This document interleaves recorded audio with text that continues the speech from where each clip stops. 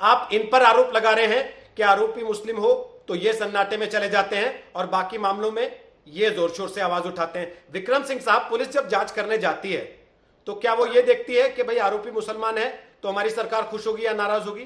आरोपी ठाकुर है तो हमारी सरकार खुश होगी या नाराज होगी?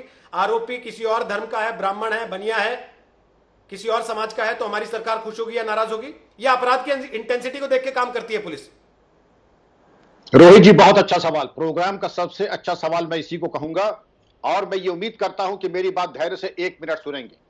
सबसे पहले यह है, आरोप प्रत्यारोप से नहीं, समाधान की बात करें। कानून में कहीं जात संप्रदाय की बात नहीं होती है। सबसे पहले मोहसिन साहब, मैं मुबारकबाद दूंगा कि आपके सीधे हस्तक्षेप से मुख्यमंत्री जी के कार्रवाई हुई, लेकिन इसकी आवश्यकता क्यों पड़ी यह भी विचारणीय है। वहां का थाना अध्यक्ष अगर सक्षम होता, आपने उसको लाइन हाजिर किया, अपर्याप्त दंड है, उसको सस्पेंड होना चाहिए। और अगर अनुसूचित जाति का नहीं है तो SC/ST एक्ट धारा 4 के अंतर्गत वो 6 महीने की जेल का हकदार बनता है, क्योंकि अगर उसको ये वांछित कार्रवाई करनी थी, नहीं की। रासुका आपने लगाई, संतोष का विषय है, लेकिन गैंगस्टर एक्ट के अंतर्गत धारा 14(1) के अंदर चल अचल संपत्ति कुर्क हो जानी चाहिए थी। इसका मतलब क्या स्थानीय तौर पर कोई अभिसूचना, आकलन, इस तरीके का यह भयावह कृत्य बड़ा समय लगता है।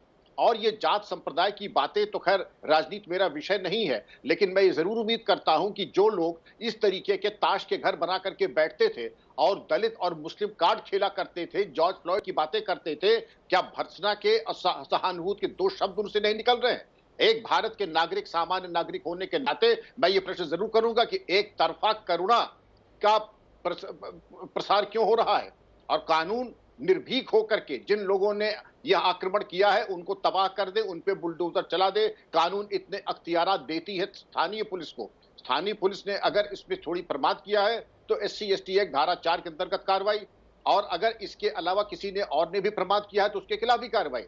लाइन हाजिरी कोई दंड नहीं है। मुख्यमंत्री जी ने हस्तक्षेप किया, यह संतोष का विषय है, लेकिन यह ऑटो पायलट मोड पे पुलिस का काम चलता। अगर हर चीज में मुख्यमंत्री कार्यालय 5वें तल से संदेश आएगा तो पुलिस प्रशासन ऐसे नहीं। पुलिस प्रशासन तो बिल्कुल भूखे शेर की तरह बैठता है और इस प्रकार के आतताइयों की खोज करता है, उनके ऊपर आक्रमण करने के लिए, और उनको ऐसी तबाही कर देता है जो इन्होंने अपकृत्य किया है। मैं तो तब जानू इनकी चल अचल संपत्ति कुर्क हो, 7 साल से लेकर 10 साल तक ये जेल में है, तब तो मैं मानूं कि हमारा पुलिस प्रशासन पूरी मजबूती के साथ काम कर रहा है।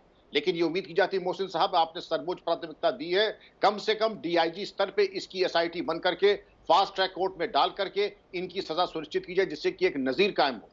और जो हमारे आर्मचेयर एक्टिविस्ट हैं जो हर चीज में कैंडल लाइट और अवार्ड वापस करते हैं, जरा उनको, जी, मैं उनके लिए भी ये कहूंगा कि जरा कभी इधर भी देख लें कि जो दलितों का घर जला है, ये मत देखें आतताई कौन है। हाँ रोहित जी, अब तो आप पुलिस से बाहर ऐसे रिटायर्ड हैं, तो अब तो आप निष्पक्ष टिप्पणी करते हैं।